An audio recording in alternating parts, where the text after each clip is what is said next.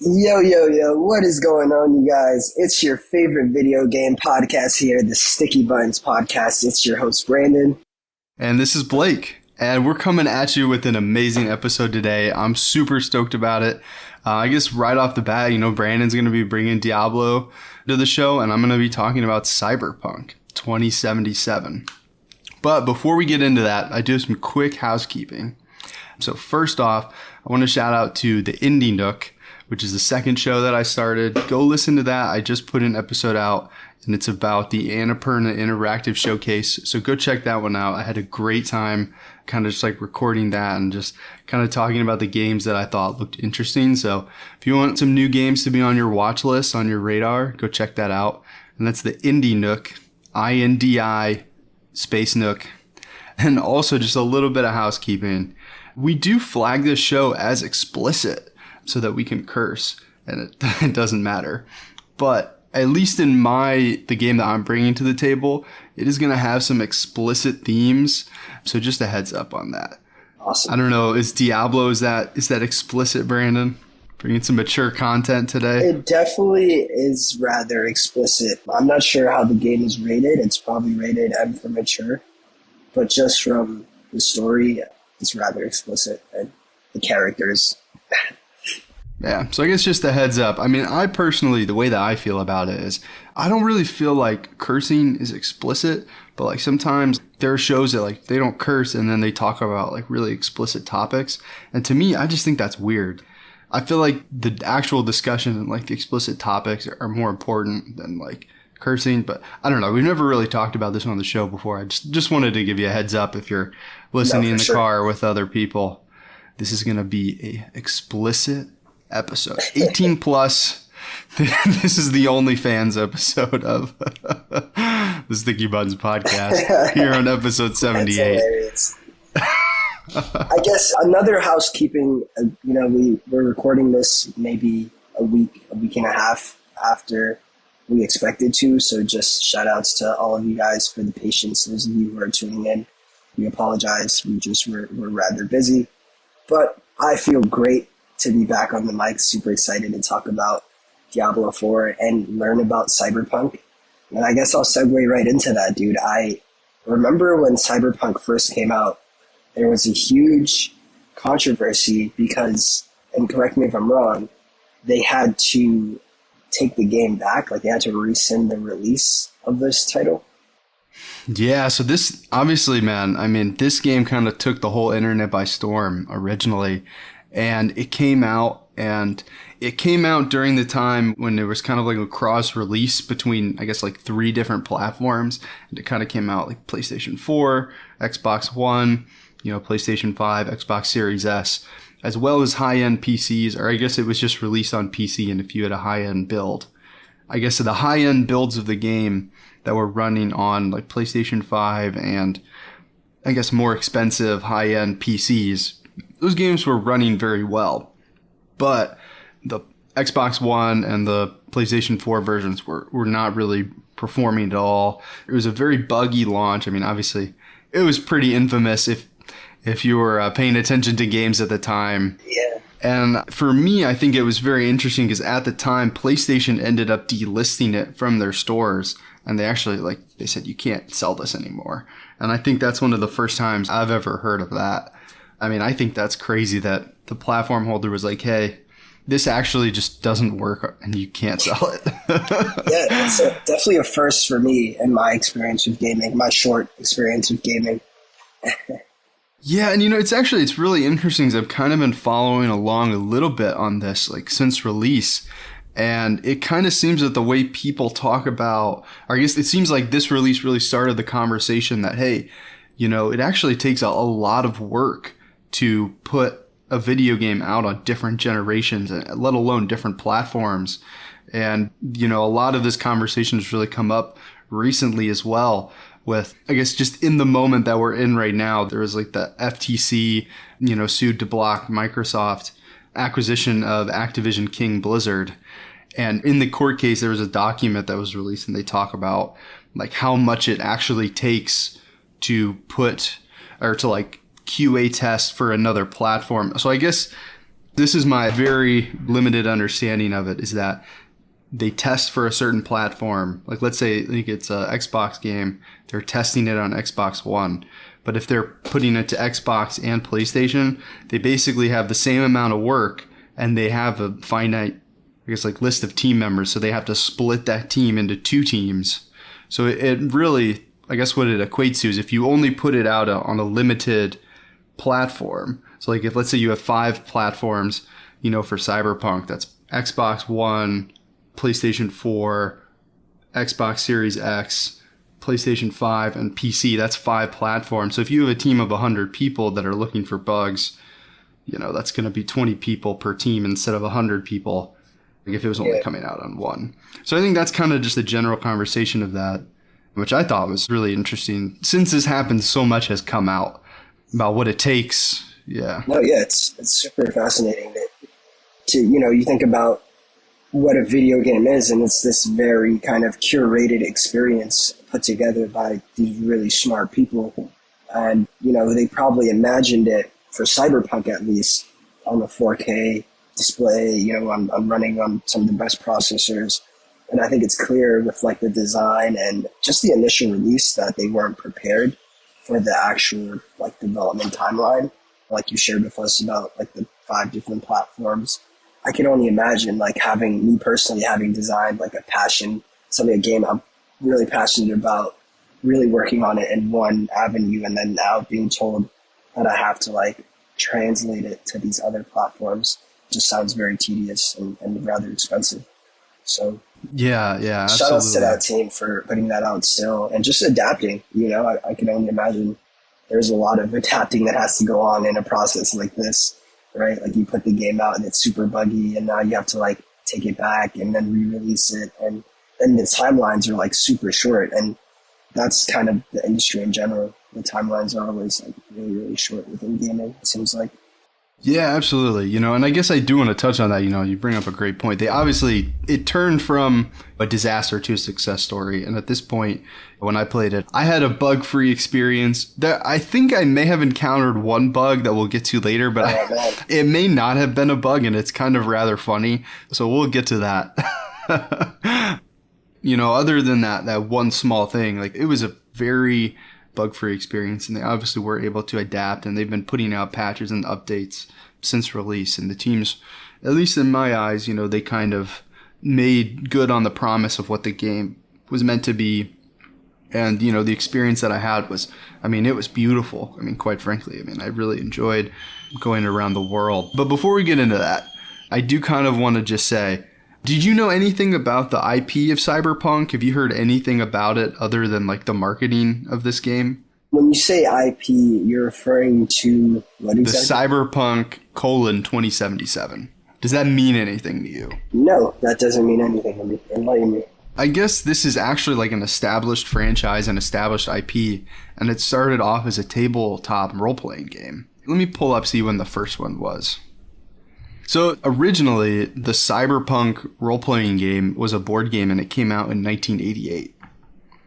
And I just think that that's like really cool that this kind of started as something akin to D&D, obviously being a tabletop role-playing game. And actually, it's funny. It actually started off as, this is actually funny. I didn't know this until I was reading it just now. It started off as Cyberpunk 2020. Oh, wow. That's interesting. And obviously now we're here in 2023 talking about Cyberpunk 2077. So, obviously it does have a bit of a history.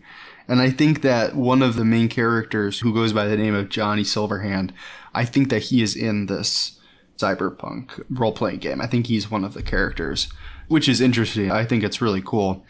But I guess outside of that, there's also something that's been released since the game came out, and what originally made me interested in it was the anime.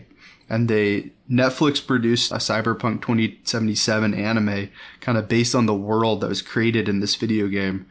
And obviously, it takes a long time for anime to be produced. This was already in production when the game was in production prior to release. And it came out last year. And I'm not a big fan of Netflix. I don't really watch much TV, but I decided to check it out because I had heard that if you don't get into Cyberpunk unless you like the anime, and if you like the anime, it does a lot of it does like all the world building for you so that you have a better experience jumping into the game. And I actually do recommend that. I do recommend just checking out the Netflix show. It's like 10 episodes. You'll get introduced to all of the concepts, all the proper nouns, and you'll get introduced to Night City, which is a cyberpunk version of New York. And I actually really liked the anime. I thought it was really sick, and it made me want to check out the game. So I booted up the game, and I mean, have you seen the anime, Brandon? I haven't seen the anime yet, but that sounds really dope. And that's really cool marketing that they went ahead and teamed up with Netflix to put out a whole show to pair the story. That's dope. Yeah, I guess it should be noted, in case you didn't know, this game is produced and published by CD Projekt Red, which we actually talked about in our episode where we talked about Jason Schreier's book. Great book, by the way. That's yeah. When we're talking about like development timelines and so that all comes from Jason Schreier in that book, and just that perspective, it wasn't something that I was thinking about at all prior to reading it or listening to it rather. Yeah, and when Brandon and we started this project, we loved video games and we didn't really know too much about how they were made. So we went out and read this book. It's called Blood, Sweat, and Pixels. Yep. And we do have an episode of that on our back catalog if you'd like to check that out. Anyways, so I kind of lost my train of thought there. Yeah, so if you didn't know, CD Projekt Red, they're a very large publisher and development studio. They're actually publicly traded, and they're a very large company. So they do have massive amounts of marketing budget and budgets that they can, I guess, attribute not only to development of games of this scale and scope, but also, to the marketing. And, they also have like Keanu Reeves, like he's one of the characters in this game. And, wow. To be able to have like A-list talent, like it really does take a lot of money. And I think that, actually I'm glad that we kind of brought that up, because you can't talk about the actual game without the marketing. And like, if you haven't seen the trailers, I mean, the trailers just look absolutely freaking epic. And they're some of the best video game it's one of the best video game trailers I've ever seen. Yeah, it was one of the best video game trailers I have ever seen, but it was also too very hard to miss. Like, it was on YouTube, it was on TV, it was pretty much like everywhere. I saw billboards. And if you were in New York, they were like had Cyberpunk 2077 on the yellow cabs. Yeah, like the marketing mix everywhere was very like there was a lot of variety. It was, you could tell CD Projekt Red had a lot of money, had put a lot of money into the marketing of this title. And now that you mentioned that this was like a tabletop kind of RPG similar to D&D, I could imagine it's probably a passion project for a lot of people to see this game come out and just kind of keep that story going for the next generation. So I'm excited to hear more. Yeah, absolutely. I guess we should touch on the genre. I mean, cyberpunk as a genre has really exploded in popularity over the last couple of years. As we admittedly have had some very real and big world challenges, over the past couple of years. And as technology just keeps pushing forward and forward, I mean, things that were fiction in 1988 when this original tabletop game came out, like they're a reality now that we have to face. And, in our time, I mean, we have to face the fact that, we're facing like rapid, global warming, and, the ecology of our planet is being drastically altered.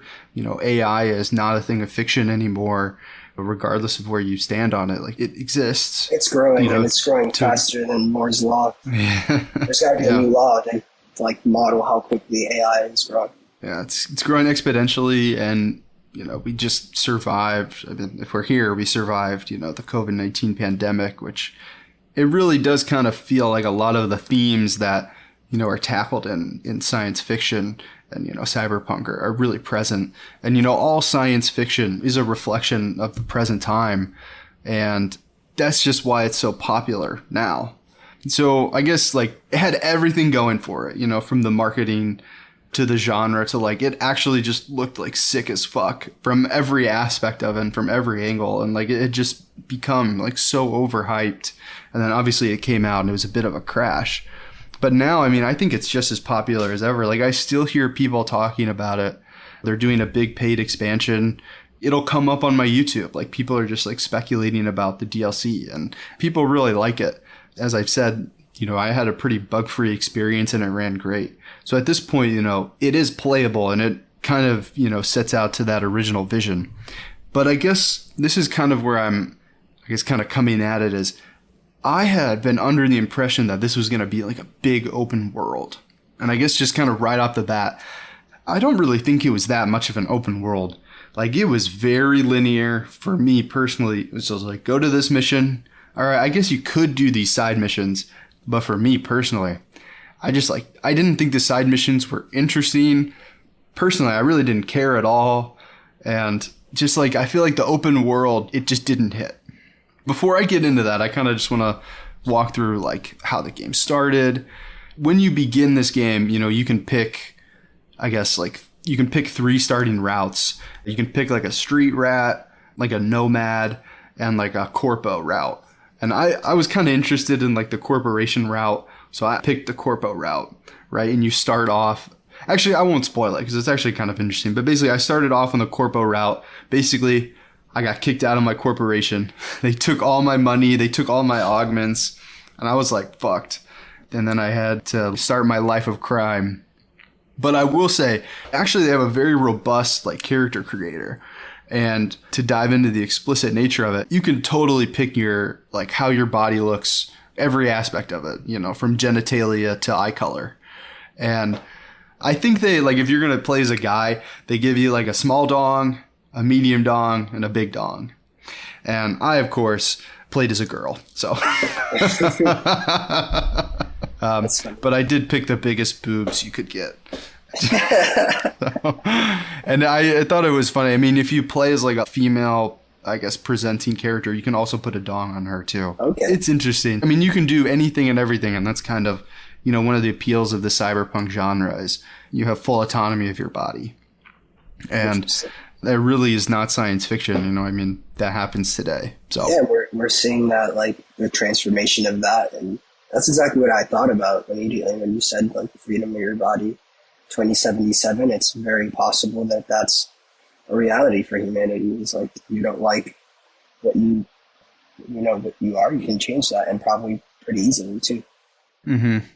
Yeah, so I guess that's, how you start off. I mean, I gave myself like a bunch of tattoos. I had like a cool hairstyle. Like, I kind of did the whole thing. And then, obviously, like I said, I went down this corpo route, got kicked out of the corporation, and you kind of get launched into this story. And like I said, it's bug-free experience. I'm in Night City, which is New York in the future. You get a car, and I guess just right off the bat, like immediately, my comparison point is GTA. It feels like a GTA in the future. The problem is I really don't feel like it lives up to that open world. I never felt I could go out and explore. Like, I always felt like I need to do the next mission. Like, I need to just see what the next thing is. And I really stuck to the linear path. And I knew that there was like, all right, I could go do something else, but I just had no interest in doing that. I really didn't feel like I could explore the city. I will say the one thing that I did do is I really liked the car, and I kind of liked flipping through like the radio stations. So when I was in between missions, I would just like drive around the city. But then I'm just driving around the city, and it's a beautiful city. Like, it is really awesome. I'm like, there's nothing to do. I was like, I can't like just go into somebody's house. Like, I can't like take this exit and like go to a shop. There's nothing on the mini map. There's nothing for me to do, really. So I guess just like going into this, if you were expecting an open world, like, I would kind of wash that expectation. I found this game to be incredibly linear, which I didn't mind. But it also, like, it really was just not what I was expecting.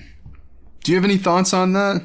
Tears of the Kingdom spoiled you, dude. You just, like, you claim to be open world, but you're not even scratching the surface. Man, honestly, Jedi Survivor was more open world than Cyberpunk, which, oh man, we haven't talked about that game yet, but yeah, I'm playing that, love that. Yeah, I mean, it really does, because, I mean, that is billed as an open area. And I just never felt like I could go and explore the city. So it really blows my mind how much this is like just like a futuristic Grand Theft Auto. So if you're looking for something like that, absolutely check Cyberpunk out. But I just have like some other thoughts on it. I guess let me say this. The combat is sick. Like, you start out and you are kind of playing like this like RPG, right? Like there's skill trees, and like I was kind of playing it as like a pistol wielding, sword wielding like hacker. And I would kind of like sneak up on people, hack the system, and it would distract them. And then I'd come and like shoot them with pistols. And then once I needed to reload, I'd just swap to my sword and I'd just like sword down people. I was actually really loving that aspect of it. I thought the combat was... You sound like that sounds really fun though. A skill tree. It was really fun. And like you could do all kinds of skill trees. Like if you wanted to build out your shotgun, and if you wanted to be like a shotgun assault rifle class, you absolutely could do that. You don't have to put any skills into hacking or stealth. Like you could be like a big hunk and you could just do like heavy machine gun, futuristic machine gun. Like you could do all kinds of things. You can upgrade your body. You can have it to where like a sword comes out of your like forearm, and it's just like really sick. Like there's just so many things that you can do in this. For whatever reason, I just like it didn't really click with me. My favorite aspect of it was like the RPG element. The skill tree and the combat was just really fun. And the lore is just like incredibly deep. So I guess like just to give you just some context about like kind of the world that they're building here, there's really like 3 big corporations. There's the Arasawa Corporation. There's a couple others, but another big one is called the Militech Corporation. And I think that you might find this interesting, Brandon. It's actually the Militech Corporation is actually the U.S. government, and they rebranded as the Militech Corporation.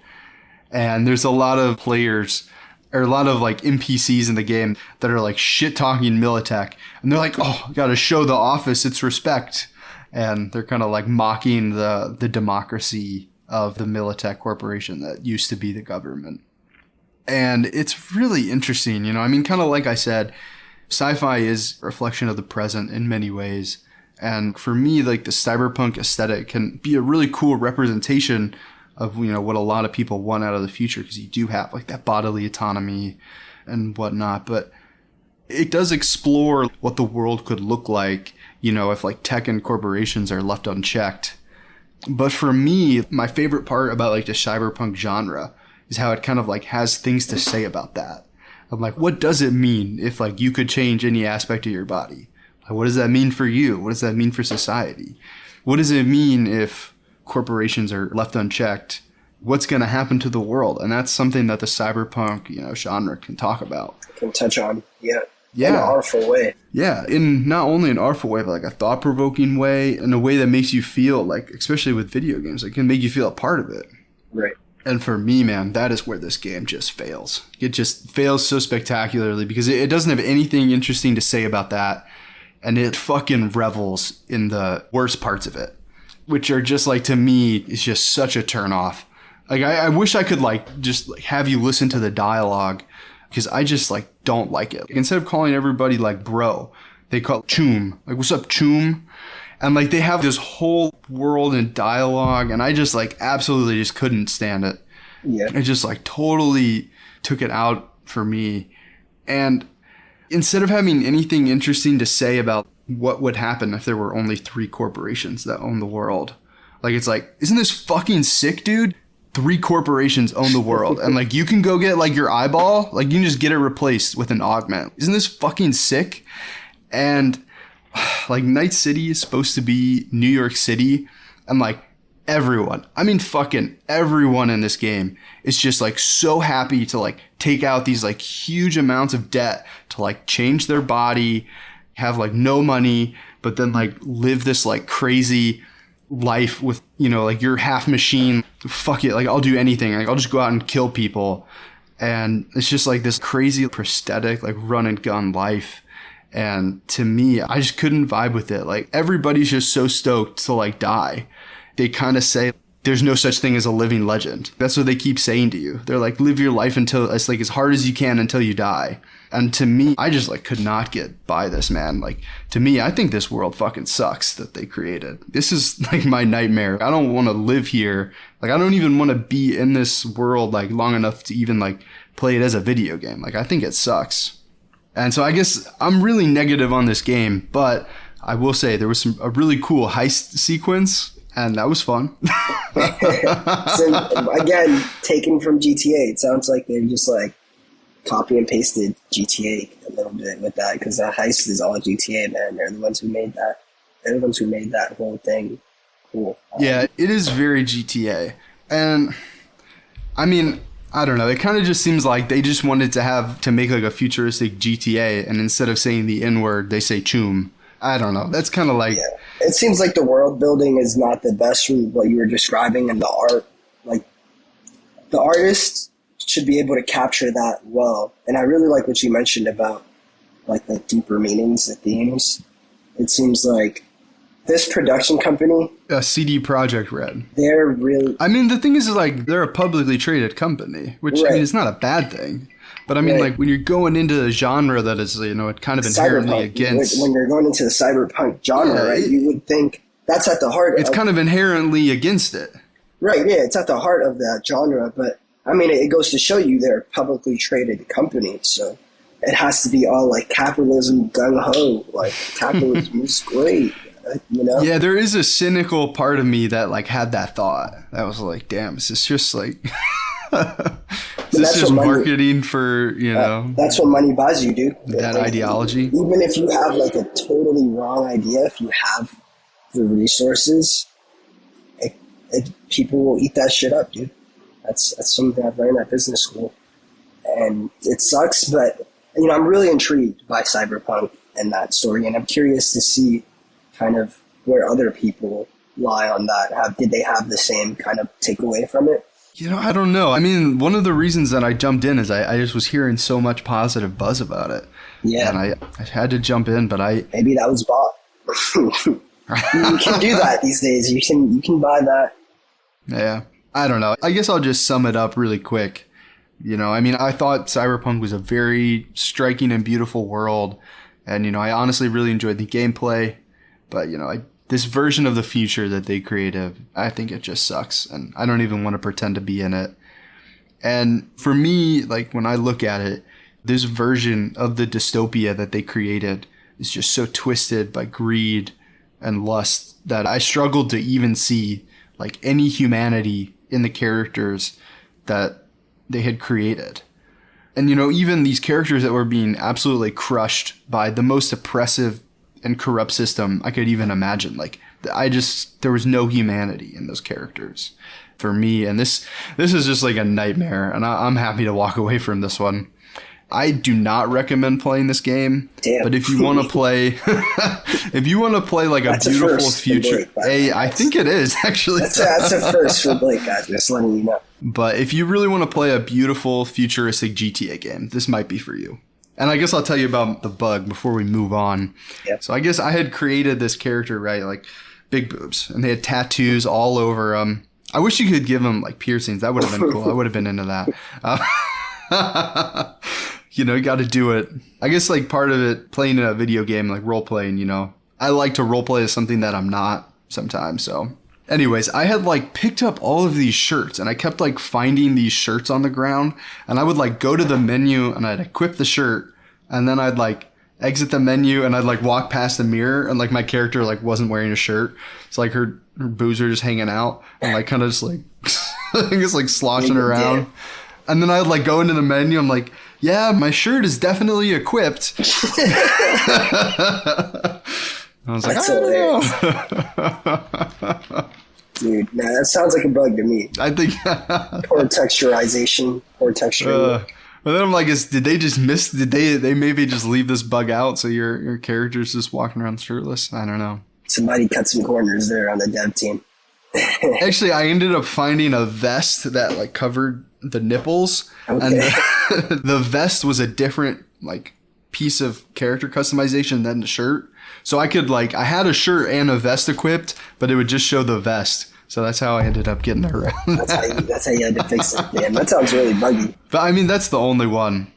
But yeah, man, it's really interesting how they kind of did that whole like nudity thing. Cause like you can, with your character, right? Like you can go hop in the shower, but like you can't, I think it's weird that, I don't know, maybe this is just me, but like you can hop in the shower as your character, right? And you can, but all you see is like your two hands. because it's in like first person perspective. So I'm like, why even like allow me to hop in the shower? It's kind of like, that sounds like a copy of GTA. do they do that in GTA? Yeah, in GTA you could even sing with your mic, so you can have your mic on and like sing in the shower, and it like gives you bonuses. Dude, they I wonder if that happened. I don't know. I mean, I guess I didn't know that you could do that in GTA, so I guess that must be it. You could also go in first person in GTA while you're showering. You can go in first person while showering. But I don't know. I thought it was weird that like, because it like locked you in first person, and I was like, I guess I didn't know that at the time, but my initial thought was, did they like plan on having this be like a third person view to where you could like see your character shower and then decide not to? That's kind of my thought, but anyways, that's Cyberpunk. That's Cyberpunk. And dude, I just want to commend you real quick, because I can tell from like when we started the podcast and now the way you just kind of like talk about it, a title has gotten so much better. Like it's just a whole lot more interesting, and like the points you're bringing, the questions you're bringing up, dude. Great job. Dude. Just want to commend you on that. I appreciate that, man. No, I guess sometimes it's easier to talk about something you don't like than something you like. So. Yeah, that's probably it. It's probably like different for you to like, not playing this game. But I felt like you did a really good job of bringing like highlighting all the good elements, everything that you needed to talk to on the game. So definitely a lot. Well, thanks, man. A lot for me to learn right there. I think it might be the indie nook, dude. The indie nook. It's giving you that like extra practice, and now like, you're coming like more refined at it. So it might be. Also, check out the indie nook. It's definitely. I don't know. I really enjoy it. I enjoy making it, and I think it's fun. But also, I have I got like the PS4 disc of Cyberpunk. So if you want to check it out, Brandon, just let me know. All right, I can pop that into my PS5 to see how that runs. See if you like it better than me. I'm down for a futuristic GTA, dude. You should give it a try. I would love to see what you thought about it, especially because I just came away so negative on it. I'd love to see what your thoughts were. Definitely. On to the next game, man. I'm actually really excited about this title. So Brandon's bringing up Diablo, man. And I've never played a Diablo game. Have you played any? This was actually my first title, and it was actually one of those titles where I was like unsure. I was like, should I buy it? Should I not? And ultimately, what pulled me to it was the fact that... So is this Diablo 4? Correct. Okay. What ultimately pulled me to it was the fact that it was published by Blizzard Entertainment, the same people who made World of Warcraft. And I've always been a bit of an RPG nut from the moment I started playing video games. I might have mentioned it on the podcast, but I started off like really getting into gaming on my PC on a Cartoon Network game called Fusion Fall. Fusion Fall. That RPG was built. Can you still play that game? Not to distract you, man. You still can. You? There's some simulators where you can like still pull it up. Yeah. I'm gonna have to check that out. Dude. Fusion Fall. That game was like, it had me hooked, dude. I would just wake up and like for 12 hours I would just like play, and then it would be nuts. But I say that to say that is how I found my way into World of Warcraft, was playing that RPG. And then I never knew you played World of Warcraft. I played it for a bit. You're a freaking nerd, dude. Yeah, I'm 1 hour. So then I was like, dude, I'm just gonna try this, because a lot of people were telling me like that's just a Cartoon Network game. Like it's not even like RPG, so to say, but it still got the job done for me. So I checked out World of Warcraft, and I had a great time. It was super fun. It was even more fun than Fusion Fall, surprisingly enough. And then World of Warcraft was one of those games I just had to put down because it would have taken over my whole life. Same thing with League of Legends. It was just so good that I just like was addicted to it. So then now when I was like, I had just bought an Xbox, right? I told you this. I bought an Xbox not too long ago. Xbox Series S? Yeah, an Xbox Series S. A bit of an impulse buy, but I'm glad. I'm ready for Starfield. Shout out. Actually, I got to tell this story, man. So I think we just talked about it on the podcast. I was like, hey, this was the last episode. It's like, hey, have you heard about Starfield? Yeah. And then like the next day I get like a text from him. He's like, got it. I just like couldn't believe it, man. Not playing games, dude. I was like, it's an Xbox exclusive? All right. I started off on the Xbox anyway. I'm really an Xbox. How does it feel to log back into the Xbox? Man? It feels great to be back, dude. My gamer score is almost at 20,000. It's just, it feels good to get back to my Xbox roots, so to say. But now I'm like, I have an Xbox, I have a PS5. I can't keep doing this. Like, there's going to be another gen. I just got to invest in a PC. I got to build my PC. That's coming soon. Yeah. Hopefully we can make a video of it and put that on the YouTube. I'd love to share that experience with you guys. But I digress. Back to Diablo 4. I think I'm going to do a PC as well, man. I've been thinking about it. I think that after this gen, I think I'm going to like set some money aside, build a PC. I mean, I have a Steam Deck, which is pretty much as PC. Yeah. And that's where I plan on playing Starfield. So I think PC might be the way of the future. It's definitely the way for the nerds. Like specific things and actually pay attention to detail and know what frame rates are. You've been gaming for a while. At a certain point, you kind of just want to take that leap and get more specific with the titles. It makes these experiences a hell of a lot more enjoyable. And, I'm looking to get into that virtual reality stuff, which is something I was thinking about earlier when we were talking about Cyberpunk. It's like, it's really interesting to see like the different platforms that are available to us. And it has a lot to do with like class and society. How some people can experience Minecraft on a VR, and then some people are experiencing it on a Nintendo Switch. Or a phone. Or a phone, exactly, right? It's interesting to see. Yeah, the varying, experiences of the same game. And yeah. It's the same experience, but just it's a hell of a lot different depending on, what platform. Yeah, that is something interesting to think about. But going back to Diablo 4, dude, this is one hell of a title. It reminds me a lot of World of Warcraft. You see a lot of the same elements. It's a regular RPG class. You have 5 classes you can pick from. You can go Druid, Druid is kind of like a shapeshifter barbarian. Okay, and that's kind of just like a melee class. Right, and they have a bit of like that range between, like they can use a little bit of magic skills when they shapeshift, but they still are like kind of up close and personal. Mm-hmm. Then from there we have the barbarian class, which is like in your face. It's just constantly slashing, using all types of weapons. I think they carry 6 weapons with them at all times. They can carry different weapon classes. Then we have the rogue. Think of the rogue as like a bandit class. Thief class is very like quick on its feet, very lightweight, lots of ranged attacks. I didn't realize there were so many classes. I thought there was only like a couple. There's thief, druid. Yeah, so there's rogue, druid, barbarian. That's 3 that I'm at so far. And there's 2 more. Oh, okay. There's a sorcerer, which is a magician, regular like ranged attacks, spells, and then you have a necromancer, which is like necromancer. A necromancer is like an undead sorcerer, and they bring up like minions from the dead to help them fight. And that's what I started with, because I was like, that is fucking badass. I mean, that sounds sick. Yeah, it was really, really fun to run as a necromancer, and that's actually who I was playing recently. Right now, I'm almost level 50. I completed the campaign. On my necromancer, I played the campaign fully through.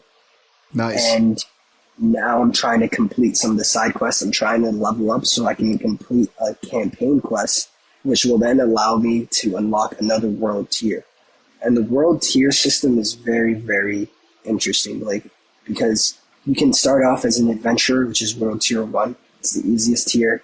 Super simple. If you just want to experience the story, you can rush right through it and level up like this. But then there's veteran, which is you get 20% extra experience, 20% extra coin, and it's that much harder. And then there's the third one, which I'm trying to unlock right now. It's called Nightmare, which is like super difficult. And there are 5 tiers. I don't think I'm going to mess with any of the tiers past 3. I just would really like a lot of the drops and items that come with playing in that tier. And it's a PvE game mainly, so it's you versus the environment. You're not really fighting other players, although there is a PvP, which you can unlock in the later levels at 57. Okay. Can I interrupt you for a sec? I guess my question is, I've never played this game, so I feel like I kind of get, it's obviously it's a class-based RPG. You pick your class based on, the skills. I guess like the whole, gameplay loop is you're kind of trying to like level up. But I guess I don't get, it's like, I guess maybe you could help maybe paint a picture for me. What does the actual gameplay look like? And what does the art look like? What do you see when you're playing this game? And how does it feel? Because I guess that's kind of what, somebody that's never played one of these, I've actually never even seen a trailer. I don't have any kind of literacy on this. So I guess, what does it even look like? Is it like an isometric view? Yeah. I guess, like, is it like first person? Like, what is the art like? It's an isometric view, so you're looking from top down. And as far as the art, it reminds me a lot of Skyrim, the world, in the sense of like lots of mountains, lots of caves, dungeons. But for the most part, you spend a lot of time in what looks like hell, or kind of like sanctuaries, ritual places. And it's a good segue to get into the story. Diablo. So I guess just really quick, I'm looking at some screenshots now. This actually looks really cool. Like, this looks really high definition. I guess, like, the world that it's painting in has a lot of detail to it. It has a lot of detail, and the mobs are very, very varied. You can tell they paid a lot of attention to detail to a lot of small things in this game here. So you said PvE. Is it like kind of like wave-based? It's player versus environment. So it's just as you're exploring the world and you're moving across, you're going around it, you're going to run into mobs pretty much everywhere outside of the towns. Yeah, so kind of segueing into the characters. So you play as a prisoner. You start off as a prisoner, and then you essentially get roped into this ritual, into this blood ritual, where you summon the daughter of hatred. So essentially, you summon Satan's daughter. Her name is Lilith. Lilith actually has like connections to the Bible. I believe Lilith is in the Bible, and she's, I believe, Lucifer's wife. If I'm not mistaken, it depends on the translation.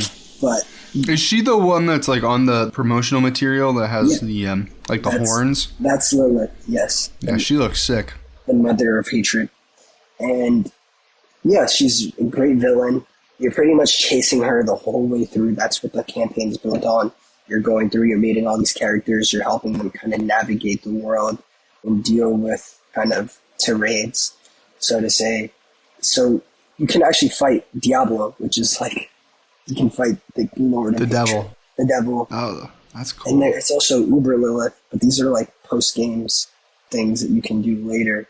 But so it kind of looks like there's dragons and trolls. Yeah, there's all sorts of demons and dragons, and that's something that I really enjoy about the game is it doesn't feel like certain aspects kind of outweigh others. Like it really does feel really well put together. Even the smallest details are paid attention to. You can tell they really took their time with this title. And you feel it in the gameplay. It feels very smooth. You know, I find myself still wanting to go back, finding time to just do a little side quest.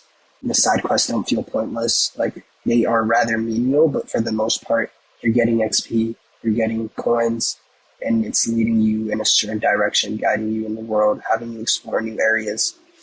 And something that I like, too, about adventuring in Diablo is it's similar to Elden Ring in the sense of you can see other people's footsteps, kind of what they did. You can actually... Oh, wow, that's really cool. You can play with random people, which you can't do in Elden Ring.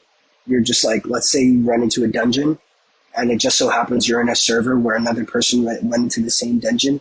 You guys can invite each other to a party, or you can just like run through the dungeon as you would normally. But this person's there. They're just like in your server playing, and you guys can like interact, which is really, really cool. You just see other people awesome. Going about their gameplay as you are as well.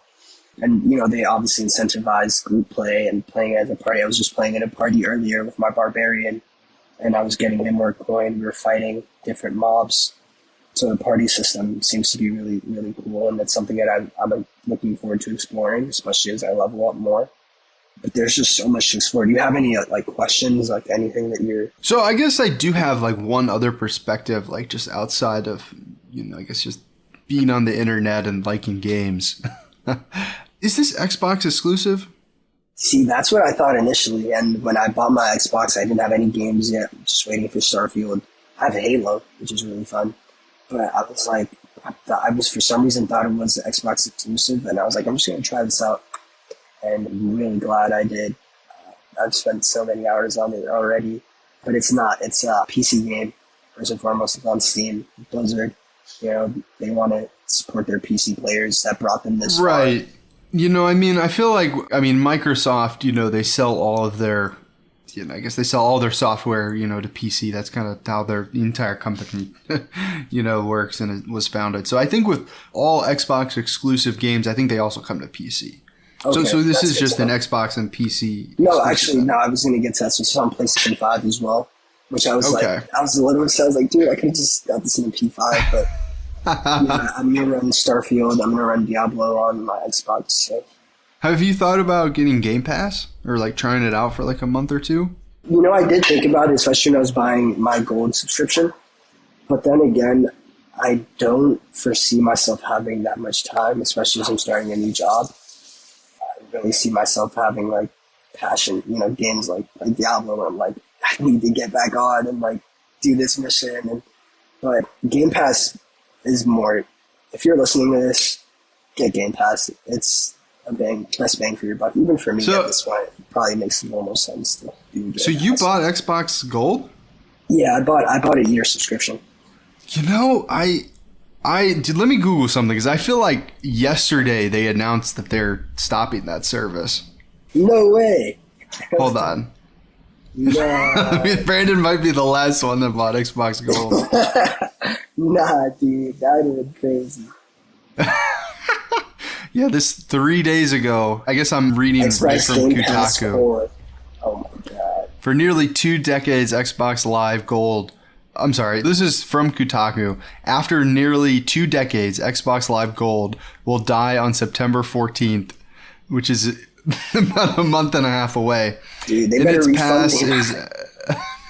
is Xbox Game Pass Core, the cheapest version of Game Pass service that'll allow gamers to play online together, as well as offer a curated selection of games to play. So I guess that means games with gold is going away, man. I wonder if it'll just give it to you. I feel like maybe on September 14th, like you'll just have access to these whatever many titles. But Brandon's the sucker, man. He got Xbox Gold. They got me, dude. They got me. God damn it. I guess the only thing I have left to say on Diablo is I had somebody, at my office. I've talked to them about games, a little bit before, and they were like, yeah, I just got an Xbox Series X. I'm so stoked for Diablo. And they've been playing it. And that's like, I'm like, I guess like I talked to you about games like once or twice. I'm like, I guess you're in the Haloverse. Or I'm sorry, not the Halo. The Diabloverse. No, dude. The Diabloverse. I'm a huge Diablo fan. I'm in the subreddit. I'm watching YouTube videos. And I've been reading a lot of reviews too. Like I love reading comments and videos and just seeing what the consensus is on Twitter. A lot of people dislike Diablo, dude. They have a die-hard fan base. Like the Diablo fan base goes way back. Like they have a whole speedrun community. It's really intense. And a lot of people are unhappy with this one. And I'm playing this one, but maybe my perspective's a bit skewed because I'm not. Because you've never played one? I haven't played Diablo 3 or 2.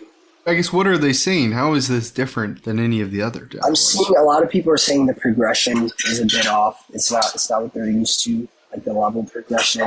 Is it easier or more complicated? They're saying it's a bit more convoluted. It's confusing.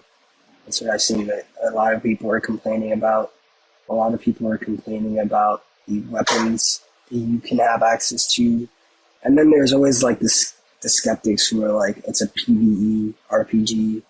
And why are people playing it? Like, it's not that fun. Or like the PvP RPGers who don't see the value in like a PvE. Yeah, I mean, I think that I really enjoy PvE games, especially like cooperative PvE. I think I'm drawn to those more than like a competitive PvP. I mean, me personally, I guess now that I have limited time to devote to something, like there's limited games that I can play. I think that just the PvE is just a lot more fun. I think it's a lot more inviting. I think it's a lot more accessible. So I agree. I personally, you just saying that kind of makes me interested. And I guess looking at the screenshots, like that looks fun too. Dude, you got to hop on a stream so I can watch you play. No, I do. And I've been thinking about streaming because I've just played so much of it that I could become a Diablo IV streamer. I feel comfortable showing my face and just playing this game. Because you don't have to show your face, man. That's true. But I want to start streaming like that. Like, I've always been... That books for me. Just, having, like, or my uncle tells me all the time. Like, people would be more into it if they saw me play. Yeah. Yeah, they might be. Yeah, dude. I mean, I would absolutely watch it. So if you want to stream some of that, I'll let you know if I'm streaming it. It's definitely something I'm thinking about. But I'll yeah, hop on and watch thank it. you for letting me like just chat about this game, dude. There's so much. It definitely wasn't as like well put together as your synopsis. Oh no, but dude, I feel like I distracted you too, but yeah, I'm really interested in this. So you're playing as a necromancer and a barbarian. yeah, I have two builds. So after I completed the campaign, I thought I would as the necromancer. You went back in as a barb. I went in because I wanted a barb because I have kind of a barb. Did you hear that? He's using the acronyms. Yeah, because with the I'm sorry. With the necromancer, I'm so used to just like summoning a minion, and like I've gotten too cheesy. It's kind of boring. Like I'm too cheesy. I'll build. You're just too good. I wouldn't say I'm too good. I figured out a good system with the necromancer, and I want to try a different perspective.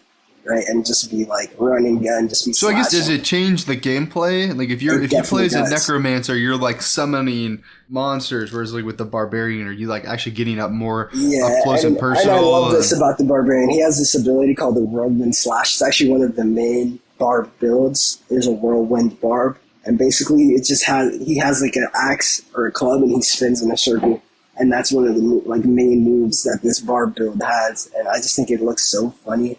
And it plays really well. Like, I'm just absolutely melting through things.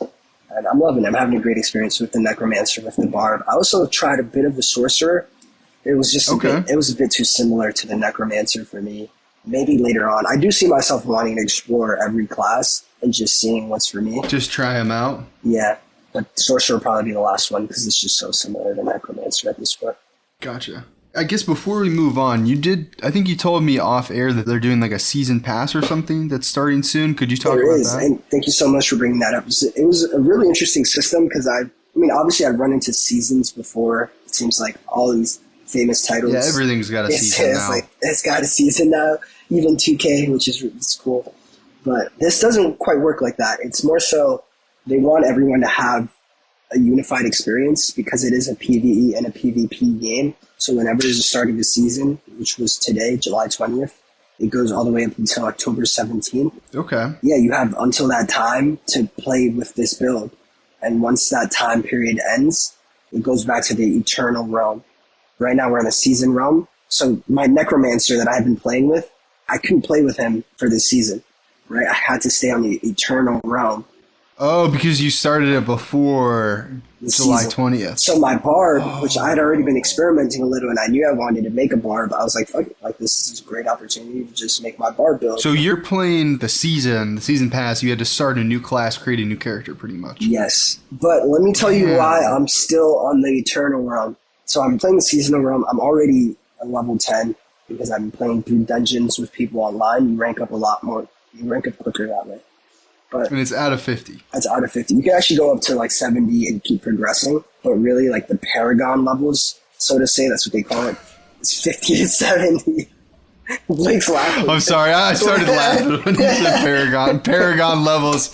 That got me for some reason. Because you can tell I'm getting really I apologize. You can tell. Yeah, no, I can hear the passion, man. And yeah, so I'm still playing my Eternal Necromancer because I'm trying to get this difficulty, this third world tier, the Nightmare world tier. I tried to play the quest that gives you it. If you complete the quest, you get the mode. And I got absolutely shredded. Like, it's just, it was disheartening. So I need to, like, play more of the side quests, fill out some more, get better equipment, and then maybe tackle it again so I can unlock that world tier so that my barb for this season can get better unlocks, more experience quicker, more coins, a bit of a balance right now. That's kind of where I'm at. Gotcha. Oh, that's awesome, man. I'm really happy that you tried this out and that it's working for you. Because, I mean, so often, you try a new game out and it just doesn't hit. It's like, honestly, like 7 out of 10 at this point for me. Like, I get a new game. Like, Need for Speed Unbound. I mean, we can still talk about it, but honestly, dude. Oh, I haven't touched it. So I guess, oh no, Brandon gave the thumbs down. I guess just really quick, about the Sticky Buttons podcast, we do check out other games that we don't bring to the show. And I guess it's kind of just like a rule of thumb. our gut check is if we don't like it or we don't have anything positive to say, we generally don't bring it to the show. I mean, obviously Cyberpunk is an exception just because, I mean, it is really interesting to talk about. And, No, for sure. and I mean, it is just such a huge game, I think having that perspective is valuable. Yeah, I mean, it's a bit rare that you'll try something out that we have no experience at and just like kind of just dip our toes in and just say, oh, this actually really worked. So I'm really happy that this is hitting for you, man. That's really awesome. Thank you, dude. I'm happy too. I'm loving it. I recommend it. I know you'd have a good time, but also any RPG lovers, you're gonna have a good time for sure. Yeah, now that I saw like what the game looks like, there's like a part of me that's like, do I want to scratch that itch, man? Do I want to? Yeah. Do I want to fuck around and spend $70 tonight? I'm thinking about it. But I guess before we end it up, I feel like we should just do maybe a little like Zelda Tears of the Kingdom update, man. For sure. Have you made any further progress? I guess where are you at in the game? Dude, I haven't been playing too much. I've been playing it in the background. I haven't been playing it too much, dude, honestly, Tears of the Kingdom. And I've come to that consensus of like, I'm not a huge Zelda player because I've learned to be okay with that because I'm newer to the franchise, right? Like I'm just now getting into it. The only thing I know about Zelda prior is just playing with Link in Super Smash Bros. Or Zelda. Mm-hmm. And so now that I'm like getting into these titles, they really are like a different kind of game in a sense of like I've never played anything quite like it. Like Tears of the Kingdom, there are whole perpetual motion machines that people are building. It has like this Minecraft-esque vibe that definitely keeps me intrigued, but is also kind of like a bit of a barrier of entry, if you will. Because if you don't have any idea what you're doing, you're not going to be able to build all these cool and wacky contraptions that make the game that much more enjoyable or smooth, for lack of a better word. Yeah, absolutely, man. I feel the same way. You know me, man. I love mechs. I love mech shit. Yeah. And I want to make a mech. Yeah. But I just don't have the stuff in Tears of the Kingdom yet. Like, even if I made a mech, let's just say, even if I made it, let's say I had all the parts, which I don't have all the parts that I'd want to use, and I could make a mech. My battery is just the base battery. So, like, it would only be able to take, like, 2 steps. It would run for, like, this. Yeah. I can hardly make a hot air balloon exactly. at the moment. So you get it. That's exactly how I feel. But I know what I can be making, and I'm just like, fuck. Why am I not good at this game? I think what it is you really have to put the time into it. And I think that it's kind of like a tragedy of this game. They made this like incredible sandbox, but it's like you have to like put in 100 hours to even get to that point. And I think that is, I mean, like I played over 30 hours of this game and I still don't have all of the, I guess like the base abilities. I guess I don't really know what they're called. There's like a wheel and it's like. Yeah, me too. I don't have all of them unlocked yet. I don't have them all. So I'm like, how do I even get these? And I think that it's really cool because like I am having a totally unique experience. Like nobody has done what I have done in this video game, which is really awesome. Right. But, and then, it leads to like me having some like truly epic moments that I'm like, oh my gosh, I can't wait to talk about this. But it's also like, it is kind of like disheartening where it's like, I have no idea where to go. But, I think that that's kind of the fun of it. I mean, for me specifically, for sure. I'm being very patient with myself with it. Like I'm giving myself a lot of like leeway. Like it's like, yeah, I may not know where to go or what to do, but every time I hop on, I have a good time. So I'm not like putting anything on myself. Like when I hop on the game, you know what I mean? Like there's no expectations. Like I just kind of go in to have a good time. And I'm kind of coming at this kind of like the opposite perspective from you, where I'm never really, before Breath of the Wild, I had never played a Zelda game. And I guess I played a little bit of like the Wii one, like the Twilight Princess, but I was kind of like trying to help my sister play it. I mean, I don't think either of us finished that. Anyways, I'm new to the Zelda franchise too. And I've gone back and I've played some of the older ones. I've kind of had like the opposite where I'm like, now I'm really interested in Zelda. And I think what's interesting is they're totally different. Breath of the Wild and Tears of the Kingdom are absolutely nothing like any of the games that came before in the series. Like this totally reinvented the series and, kind of reinvented what an open world game could be. So maybe you should check out some of the older ones that are on like the Nintendo Switch Online. Perhaps it might get me more into the lore and the story of it all. Yeah. And I feel like that's the issue that I'm running into is like I'm super into the story. I want to progress more. I want to find out, what's going on next. And I'm getting lost almost everywhere. And it's designed to do that. Yeah, it really is designed to distract you and give you ways to interact with everything. Like if you walk over a hill, there's going to be something to do there. And I just think that that's really cool. Actually, I watched a video about how they designed it recently. And I think that you might find this interesting, Brandon. And after you play the game, after you know this and then you kind of play the game, you kind of see it in action. And what they did is they made triangles. So basically, if you were just plop down anywhere on the map, you're surrounded by triangles. Like the mountains in the background are triangles. Mm-hmm. The hill right around the corner is a triangle. And the way that works is because triangles, they come to a point. If you're looking at one triangle, odds are you can see a couple triangles behind you too. Or behind the one triangle, because the triangle, it comes to a point and, it doesn't block the other triangles. Right. But the way that they're able to load it in and kind of have the game run is that because it's a triangle, they know that you're not going to be able to see the triangles behind the triangle you're behind because the triangle's wider at the base. Right. So in order for you to get around the triangle, you have to walk around the base of the triangle. And as you're doing that, it'll load the other triangles. Wow, that's really interesting. That sounds like architecture almost. Yeah, it really is. Design that in the game, so to say. And that's ingenuity, creativity. That's what it means to be human, dude. Problem solving like that. That's awesome. Yeah, that's really cool. I'm going to try and put the link to that video in the description. I'd love to see that. I thought that was really interesting to watch. But yeah, very cool. I mean, I'm having a good time with it. I haven't really progressed much further since we last talked. I've made it closer down the storyline of, I went to, Gerudo Village, which is the village in the desert. Yeah, that's where I'm at right now. I'm, progressing through that storyline, and I think if I wanted to, actually, I might play this tonight. I think I could go do the next temple, I think. I guess I'm not sure, but I think. But yeah, I guess maybe, until we are done playing it or done wanting to talk about it, maybe we'll just bring it up at the end of each episode, I guess, from here on out. I like that. It's going to keep me back on the Tears of the Kingdom grind.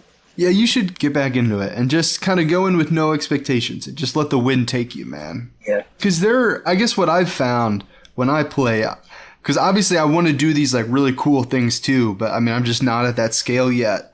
But what I've really found a lot of enjoyment in is I'll get kind of caught up in these smaller puzzles, and I'm just getting caught in these puzzles and how do I solve this? And then I can see how the game there's a very clear way that maybe it's one of the easiest ways to solve it, or there's maybe a quote unquote intended way to solve it. And then I'll find myself can I do this a different way? Can I try and solve this in a totally different way using maybe a different set of tools? And for me, just feeling clever in solving those kind of puzzles. It feels on a lot of games, where you move a box from one side of the room to the other, they made the puzzle. But in this game, it's we didn't make a puzzle, we just made a question. And it's up to you to find the answer with the mechanics that we invented, or the mechanics that we gave you. Yeah, so I've been having fun in the small moments. So you might have fun in that too if you try and play it that way. No, it's definitely a good way to look at it. Thanks for sharing that, Blake. I gotta just open up my horizons, think about it differently. Well, I guess before we end it up, I'm going to plug the Indie Nook one more time. The next episode that's going to come out shortly after the release of this, I'm going to talk about Citizen Sleeper, the DLC, my final thoughts on the Citizen Sleeper DLC. And I went and saw Nausicaa, Valley of the Wind. So I'm going to talk about that as well. And then one other thing that I can't remember off the top of my head, I'm going to talk about that too. So it's going to be a 3-part quick little episode. Yeah, that sounds like so check that out. Episode. Check that out, y'all. Indie Nook. All right. I guess that's all I really had. Do you have anything else? Not at the moment. All right. Well, thank you so much for listening to this episode of the Sticky Buttons podcast. If you'd like to support us, follow us on TikTok, YouTube, Instagram. And if you want to be a real awesome supporter, you can support us on Patreon. Yep. Support us on Patreon and share with a friend. Yes. Have a great one. Peace in the streets, y'all.